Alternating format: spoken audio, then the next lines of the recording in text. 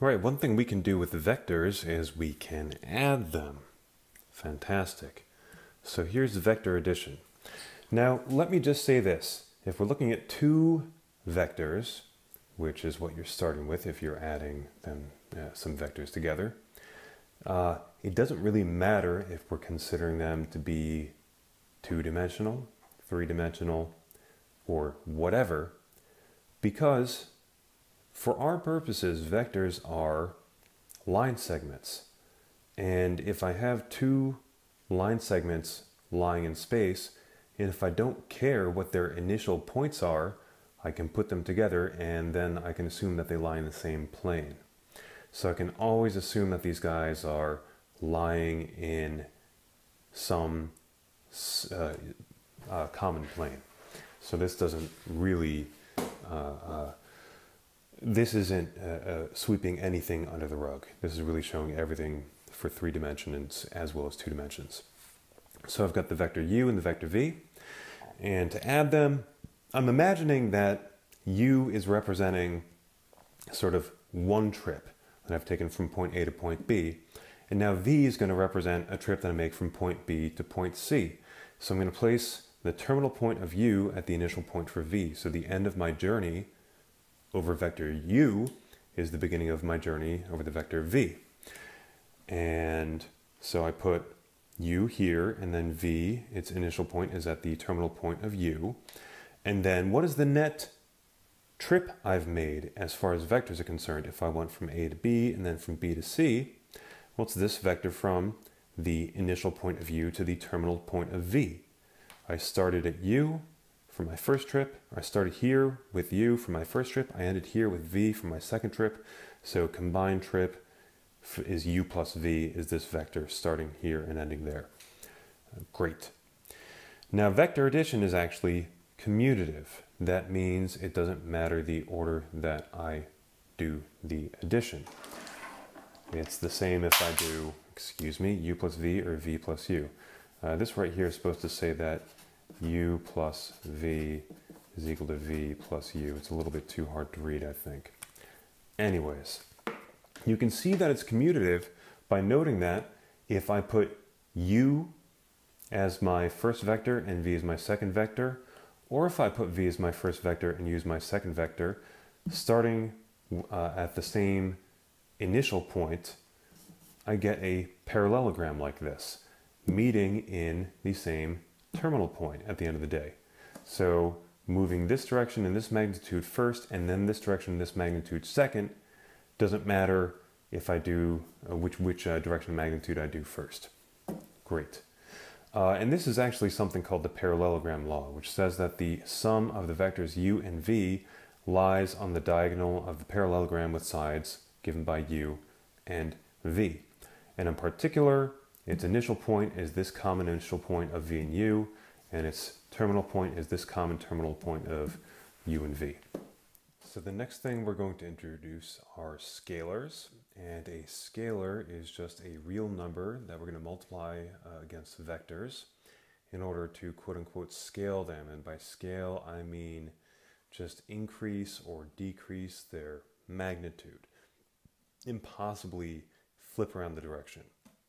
So if c is a scalar, again, that's just a real number, just a fancy number for a real number, then we can multiply c against the vector v to get the vector that has magnitude equal to the absolute value of c times the magnitude of v. So if c is a positive number, that just means that the magnitude of cv is going to be c times the magnitude of v.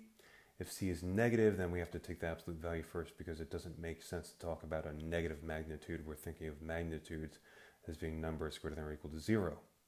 However, we do care about the sign of c, whether it's positive, negative, or 0. If c is positive, then cv has the same direction as v. All I'm doing is scaling v, stretching it out, shrinking it. If c is less than 0, then cv goes in the opposite direction. So not only am I stretching or shrinking v, but it's also now going in the opposite direction. Finally, if c is equal to 0, then 0 times anything should be 0. But of course, if I'm starting off with a vector and I multiply by a scalar, I'm supposed to be left with a vector. So I'm left with the 0 vector, not the number 0, the 0 vector, if C is 0. All right. So let's look at a couple of examples here. I was trying to write the scalars with green pen, but I guess I fell asleep for 2 seconds and wrote it down in red pen by accident first. Anyways, so here's our vector v. If I take the vector 2v, what that's going to be is a vector that's parallel to v, goes in the same direction, but it's going to have twice the magnitude. So it's twice as long as v. If I take 1/2 times v, I get a vector that's again parallel, going the same direction, but it's just half the magnitude of v. Finally, if I take -1 times v, which we can also just write as negative v, just the way that if you write -1 times x, you just write -x. That's going to be the vector which has the same magnitude as v, because the absolute value of 1 is just 1, so we're not changing, we're not stretching or shrinking. However, the minus means that we're going to put it in the opposite direction, so we just swap the terminal and initial points, and so they are parallel to each other, but just headed in opposite directions. Basically, I just flip this arrow. Okay, now we can also define subtraction between vectors. V minus u will be defined to be v plus -1 as a scalar times the vector u, which we have just gotten through saying. We can call that, instead of calling that -1 times u, we'll just call it -u. So it's really v plus -u. This might seem like a whole, why am I bothering to write this all out so explicitly? You know this all from algebra. The thing is, we're introducing some new algebraic objects here, these vectors, and we have to be careful when we talk about the algebra of the vectors. We can't just assume that anything we can do with numbers, we can do with vectors. For example, can we multiply vectors? We'll see that in the next 2 sections. Yes, we have some notions of multiplying vectors. However, it's nothing like what you expect it to be. It doesn't behave the way that you might expect it to. In fact, we have more than one way of multiplying 2 vectors together, and both of them behave very differently from what you might expect for vector multiplication. Okay, so pictorially, this is what v minus u is. So here's v, the red vector, and I'm going to draw u with the same initial point as v. Then I'm going to draw -u coming just by taking u and pretty much just flipping it 180 degrees over here. So then, since v minus u is v plus -u, I can draw the parallelogram determined by v and -u. And so v plus -u is v minus u is this diagonal in the parallelogram.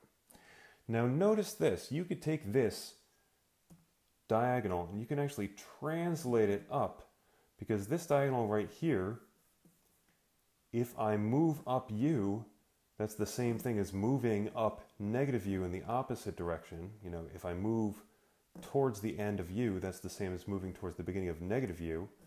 That brings this vector v minus u up to here. So I get this picture. V minus u is actually the vector that when I write u and v with the same initial point, then v minus u is the vector that starts at the terminal point of u and ends at the terminal point of v. So this is called the triangle law. To draw v minus u, I draw u and v with the same initial point, and then I draw that basically determines a triangle. I draw the third leg of the triangle, and that is going to be the difference between v and u. In particular, I start at u, end at v, and that gives me the appropriate direction. One way I like to think of v minus u, at least in the context of this picture, is that it's really saying, okay, our total trip that we would like to take, thinking of these guys as displacement vectors, is the vector v. Now we've already traveled along the vector u. What do we need to do to get to the vector v? What is the second leg of our trip? If we started with u and we eventually want to get to v, what do we have to do? That's v minus u. So we start at u, then we travel along v minus u to get to v. Question 2 for these sets of videos. I've drawn two vectors, v and u. You can just assume that they both are unit vectors, which means they have magnitude 1. Also, v is, let's assume that it is horizontal and pointing to the right, and u is vertical and pointing up, but whatever, it's not really super important.